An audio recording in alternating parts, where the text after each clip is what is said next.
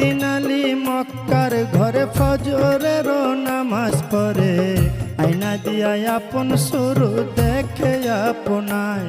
ওরে আয়নাতে রূপ দেখে আলী অমনি উঠিলেন বলি, আমার মতো এমন সুন্দর নাই আর দুনিয়ায়। ওরে আয়নাতে রূপ দেখে আলী অমনি উঠিলেন বলি, আমার মতো এমন সুন্দর নাই আর দুনিয়ায়। তখন দুই ইমাম দাঁড়ায়া ছিল,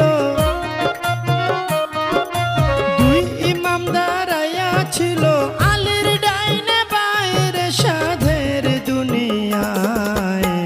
যার যেখানে মরণ লেখা যায়, ভবে যার যেখানে মরণ লেখা যায় রে সাধের দুনিয়ায়, যার যেখানে মরণ লেখা যায়।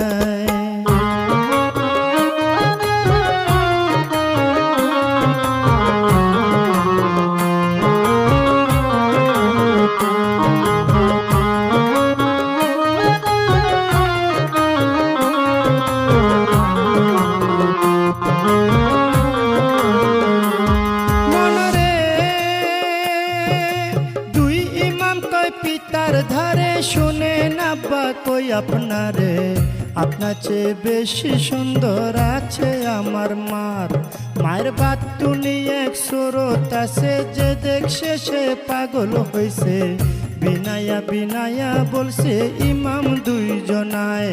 ওরে এই কথা শুনিয়া আলী গুসাতে বলিলেন খুলি, দৌড়াইয়া তখন আলী ঘরে চইলা যায়।